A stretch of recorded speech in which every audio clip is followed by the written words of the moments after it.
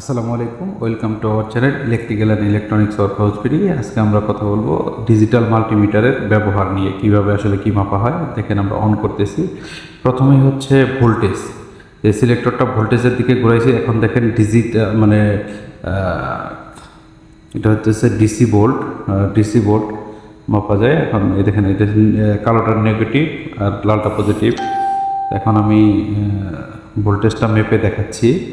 এই তো দেখেন, এখন 16.53 ভোল্টেজ এখানে এই ব্যাটারিতে আছে। আমি ডিসি ভোল্ট মাপলাম এটা। দেখেন এখন এটা চেঞ্জ করা যাবে। আমরা এসি মাপবো কীভাবে? এই যে সিলেক্ট লেখা যেখানে দেখতেছেন, এটাতে একটা প্রেস করলে এসি সিম্বল চলে আসছে। এখন হচ্ছে আমরা এসি ভোল্টেজটা মাপতে পারবো।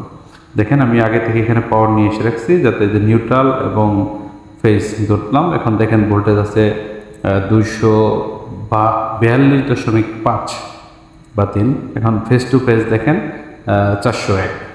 এ হলো এসি ভোল্টেজ। এখন এই সিলেক্টরের এই কাটার কাজ শেষ। এটা এসি আর ডিসি ভোল্টেজ মাপা যায় শুধু। এখন দেখবো আমরা ওহমস। দেখেন এখানে হচ্ছে ওহম মাপা যাবে, যেটা কত আমরা রেজিস্ট্যান্সটা মাপতে পারবো এই জায়গা থেকে। এই যে আমি একটা রেজিস্টর নিচ্ছি। এই রেজিস্টরের দুটি পয়েন্টেই আমরা নবটা ধরে আমরা চেক করবো যে অ্যাকচুয়ালি কত ওহম আছে এখানে। দেখেন এটা সাধারণত 250 ওহমের একটা রেজিস্টর।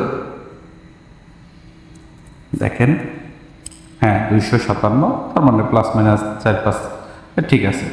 250 ওহমের একটা রেজিস্টর, এটা ঠিক আছে, কোনো অসুবিধা নেই। এই হচ্ছে রেজিস্ট্যান্স মাপার পদ্ধতি।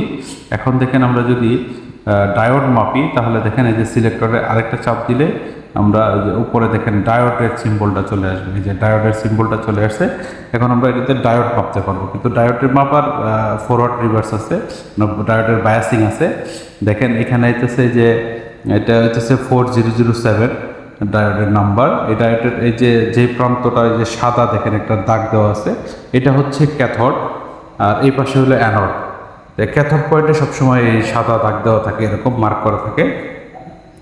তাই মূলত অ্যানোড পয়েন্ট হইতেছে পজিটিভ, ক্যাথড পয়েন্টটা হচ্ছে নেগেটিভ ধরতে হবে, তাহলে আমাদেরকে একটা ভ্যালু দেখাবে।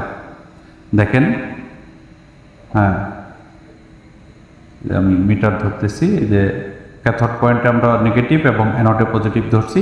দেখেন আমার এই যে ভ্যালু দেখাচ্ছে 0.419 ভোল্ট আর কি, এটা দেখাচ্ছে। তার মানে আমার ডায়োডটা ঠিক আছে আর কি।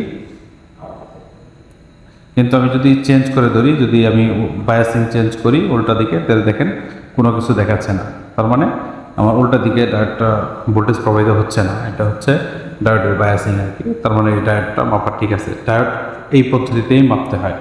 এখন দেখেন ডায়োডের পরে হচ্ছে কোয়ান্টিটি। এই যে কোয়ান্টিটি বা ওহম দুটোই মাপতে পারবেন, রেজিস্ট্যান্সও মাপতে পারবেন এবং কেবলের কোয়ান্টিটি করতে পারবেন। আমি এই যে রেজিস্ট্যান্সটাও দেখাচ্ছি আবার, রেজিস্ট্যান্স ওকে, এবং আমি কোয়ান্টিটিটাও দেখাচ্ছি। যে এই যে আমি একই কেবলের দুই প্রান্তে কেবলটা ধরে আমি দেখাচ্ছি যে কোয়ান্টিটি আসলে কীভাবে চেক করা হয়। এই যে কোয়ান্টিটি হলে যে একটা মিটার থেকে একটা অ্যালার্ম আসবে। আসলে এই সাউন্ডটা অনেক কম, তাই আমি শোনাইতে পারতেছি না। এই মিটার থেকে একটা অ্যালার্ম বাজতেছে, এবং এটা হচ্ছে কোয়ান্টিটি টেস্ট। তারপর হচ্ছে যে মাইক্রোফ্যারাড মানে ক্যাপাসিটার চেক। ক্যাপাসিটারটা আমরা কীভাবে চেক করবো? দেখেন ক্যাপাসিটারটা হচ্ছে, আমি একটা ক্যাপাসিটার নিছি, এটা হচ্ছে ইলেকট্রোলাইট ক্যাপাসিটার। এই ক্যাপাসিটারটা 10 মাইক্রোফ্যারাডের 50 ভোল্টের। এই জিনিসটা আমরা এখন একটু মেপে দেখবো। দেখেন নেগেটিভে নেগেটিভ এবং পজিটিভ প্রান্তে পজিটিভটা আমি ধরে দেখবো যে অ্যাকচুয়ালি আমার রিডিংটা কত দেখাচ্ছে। দেখেন 10.46, এটা হচ্ছে আমাদের মাইক্রোফ্যারাড। এই যে তার মানে আমার এই ক্যাপাসিটারটাও ঠিক আছে, এবং আমি মিটারের এই পদ্ধতিগুলো ব্যবহার করি, মূলত আমরা এগুলো চেঞ্জ করি। এটা হচ্ছে হার্টস, মানে আমাদের যে এসি কারেন্টের যে হার্টস থাকে, যে ফ্রিকোয়েন্সি, যে কত ফ্রিকোয়েন্সি আছে, এই ফ্রিকোয়েন্সি মাপা যায় এখান থেকে। যে লাল যে লেখাটা দেখতে পারতেছেন, এখানে হার্টস লেখা আছে HZ। দেখেন এখানে ব্লিঙ্কিং করতেছে, তার মানে হইতেছে এখানে পার্সেন্টেজটা ওঠানো নাই। এই যে আমি পার্সেন্টেজটা দিয়ে দিলাম, এখন দেখেন 50। 50 হয়ে গেছে। এবং এটা হইতেছে আমি আপনাদেরকে দেখাচ্ছি যে এইচ ও হোল্ড লেখা আছে, এই যে হোল্ডে চাপ দিলাম, এই যে হোল্ড হয়ে গেল।